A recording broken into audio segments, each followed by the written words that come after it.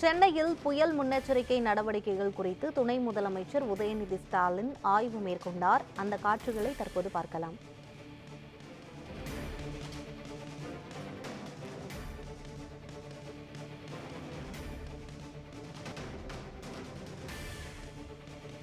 இது பற்றிய கூடுதல் விவரங்களை வழங்குவதற்காக செய்தியாளர் சாமுவேல் எபினேசர் இணைப்பில் இருக்கிறார்.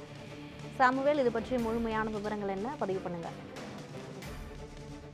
யுவராணி, இன்று வடகிழக்கு பருவமழை தீவிரமடைந்ததை தொடர்ந்து தற்பொழுது தமிழக துணை முதல்வர் உதயநிதி ஸ்டாலின் அவர்கள் தற்போது ஆய்வு மேற்கொண்டு வருகிறார். குறிப்பாக ரிப்பன் மாளிகையில் அமைக்கப்பட்டிருக்கக்கூடிய கட்டுப்பாட்டு அறை மற்றும் எடுத்திருக்கக்கூடிய முன்னெச்சரிக்கை நடவடிக்கைகள் தொடர்பான ஆலோசனைகள் தற்பொழுது அங்க இருக்கக்கூடிய அதிகாரிகளிடமும், அதே போல அதாவது இந்த யாரெல்லாம் இந்த பணியில் ஈடுபடுகிறார்கள் அவர்களிடம் தற்போது தமிழக துணை முதல்வர் ஆய்வானது மேற்கொள்ளப்பட்டு வருகிறார். இதை தொடர்ந்து புரசைவாக்கம், அதே போல பால்டெக் சாலை, அதே போல ஓட்டேரி மற்றும் பெரம்பூர், மூலக்கடை மற்றும் அதே போல மாதவரம் உள்ளிட்ட பகுதிகளில் இன்று அவர் நேரில் சென்று அந்த பகுதியில் ஏற்பட்டிருக்கக்கூடிய இந்த மழை பாதிப்பு, அதே போல அரசால் எடுக்கப்பட்டிருக்கக்கூடிய நடவடிக்கைகள் தொடர்பான அனைத்தையும் அவர் நேரில் சென்று பார்வையிட்டு வருகிறார். அதே போல இந்த தாழ்வான பகுதிகளில் தேங்கி இருக்கக்கூடிய தண்ணீர்களை அகற்ற தற்போது மாநகராட்சி சார்பாக ஆங்காங்கே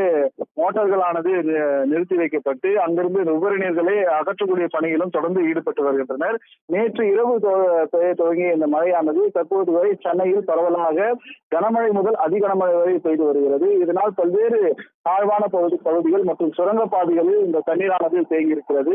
இந்த மரம் விழுந்து பாதிப்பாக இருக்கக்கூடிய பகுதிகளிலும் உடனடியாக அந்த மரங்களை அகற்றும்படியாகவும் மாநகராட்சிக்கு அறிவுரையானது வழங்கப்பட்டிருக்கக்கூடிய நிலையில் மாநகராட்சி ஊழியர்கள் செய்யக்கூடிய நடவடிக்கைகள், அதே போல கட்டுப்பாட்டு அறைகளில் எத்தனை அதாவது அழைப்பு வந்தது என்பது தொடர்பான விவரங்களையும் இன்று தமிழக துணை முதல்வர் உதயநிதி ஸ்டாலின் அவர்கள் அதிகாரிகளிடம் கேட்டறிந்து வருகிறார். அதே போல அந்த கட்டுப்பாட்டு அறையிலிருந்து வரக்கூடிய அழைப்புக்கு உடனடியாக பதிலளிக்க வேண்டும் என்றும், நிவாரண முகாமில் தகவல் வேண்டிய உணவு மற்றும் அத்தியாவசிய தேவைகளை உடனடியாக கொண்டு செல்ல வேண்டும் என்றும் அதிகாரிகளிடம் அவர்கள் எடுத்திருக்கக்கூடிய நடவடிக்கைகள் குறித்தும் கேட்டறிந்து வருவது குறிப்பிடத்தக்கது.